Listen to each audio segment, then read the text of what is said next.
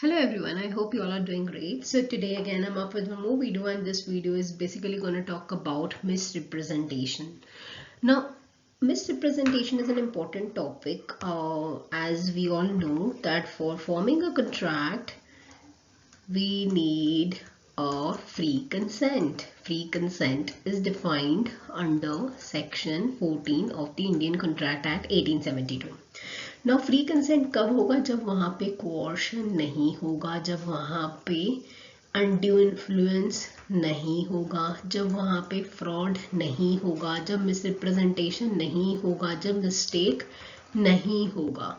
ये सारी चीज़ें जब नहीं होंगी तब हम बताएंगे कि फ्री कंसेंट है। तो आज हम एसेंशियल इम्पॉर्टेंट पॉइंट पढ़ने वाले हैं कि what you mean by the term misrepresentation.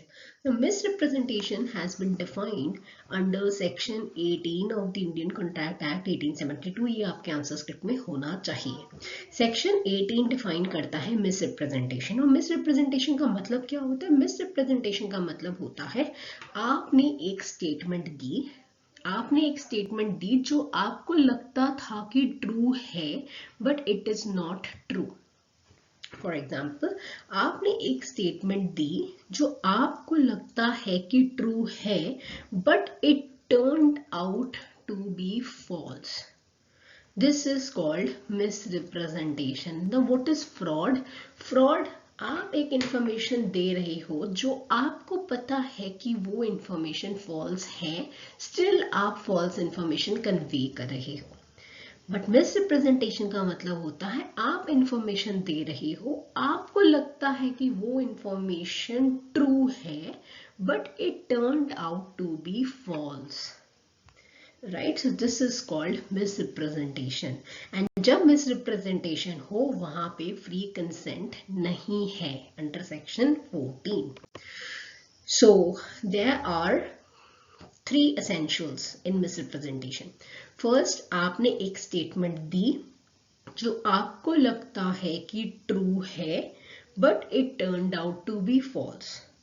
Positive assertion of a fact which is not true, दो आपको लगा, you believed it to be true, आपको लगा कि ये ट्रू है, but it turned out to be false. This is the first point of misrepresentation. Second, breach of duty. वहां पे ब्रीच ऑफ ड्यूटी हो गई जिसकी वजह से आपको या आपके किसी इंसान, रिलेटेड इंसान को बेनिफिट हो गया। Third, causing mistake with regard to subject matter. Causing mistake with regard to subject matter. Now I will discuss all the 3 essentials of misrepresentation through an example. Positive assertion, आपने एक statement दिया जो आपको लगा कि ये ट्रू है, but it turned out to be false. This is misrepresentation, and this is the first point. For example, dairy versus peak. ये वाला बहुत इंपॉर्टेंट केस है, ये आपके एग्जाम में आंसर स्क्रिप्ट में दिखना चाहिए। Dairy versus peak. इस केस में क्या हुआ था? That directors had issued a prospectus. What is prospectus? Prospectus एक book form में एक किताब इशू होती है। It's a book that is released to the shareholders.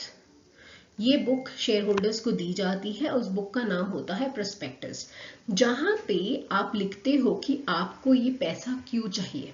Right, तो प्रोस्पेक्टस में लिखा कि आप हमारी कंपनी के शेयर्स बाय कर सकते हो, एंड प्रोस्पेक्टस में लिखा that our company is gonna start tramways, और ये ट्रामवेज स्टीम इंजन के साथ चलेंगे।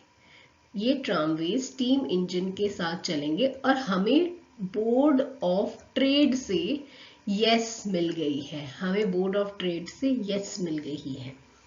ये डायरेक्टर्स ने प्रोस्पेक्टस में ये लिखा था कि हमें हमारी कंपनी को ट्रामवेज स्टीम इंजन के साथ ऑपरेट करने की परमिशन मिल गई है, बट एक्चुअल में क्या हुआ था? 99% they were sure that they will get the permission, but 1% chance ऐसा था कि हो सकता है बोर्ड ऑफ ट्रेड उनको नो बोल दे। बट उनको लगा कि 99% एज दे वर श्योर, तो they have conveyed this information through a prospectus. Now this information it turned out to be false because board of trade ने उनको परमिशन नहीं दी, no permission granted. But the directors honestly believe, directors को लगा था कि हमें information मिल जाएगी, but because of certain reasons permission and मौके पे कैंसिल हो गई. तो ये इंफॉर्मेशन जो ट्रू होने वाली थी वो फॉल्स में कन्वर्ट हो गई. तो क्या आप ये क्लेम करोगे कि कंपनी ने फ्रॉड किया? नो. कंपनी के साथ क्या हुआ? कंपनी ने मिस रिप्रेजेंटेशन किया, फ्रॉड नहीं किया, मिस रिप्रेजेंटेशन किया, क्योंकि उन्होंने ऐसी इंफॉर्मेशन कन्वे की जो उनको लगा था कि ट्रू है, but it turned out to be false. So this is the first point और first essential of misrepresentation, and the case name is Derry versus Peek. Second essential of misrepresentation is breach of duty.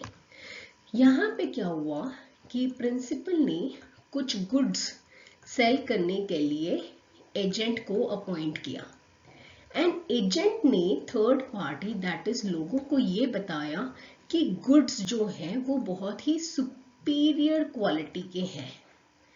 And agent को actually लगा कि goods superior quality के हैं, उसने बढ़ा चढ़ा के गुड्स के बारे में बता दिया, but these goods actually turned out to be of the inferior quality.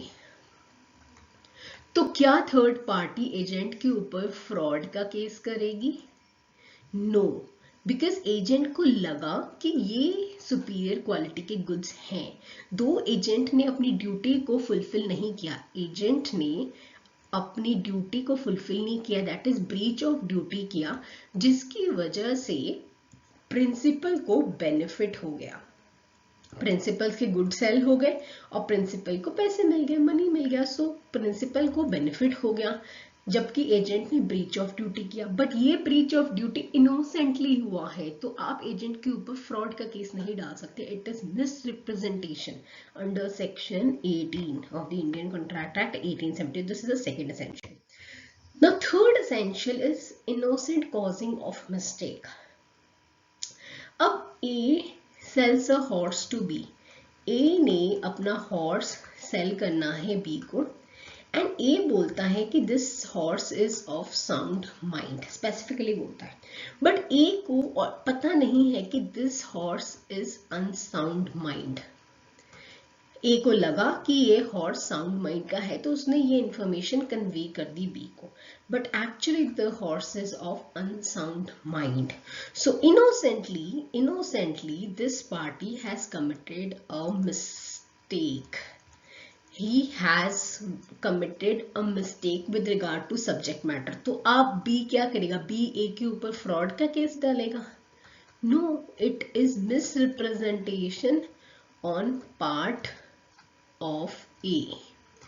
Innocently उसने एक statement दे दिया which was false. So this is misrepresentation on part of A. तो आपको तीन essential ingredients misrepresentation के याद रखने हैं. First is positive assertion in a manner not warranted by the information of the person. Second is breach of duty. Third is innocently causing a party to commit a mistake. So this was all. Thank you so much for watching. Stay tuned for more such videos. Do not forget to like, share and subscribe. Thank you.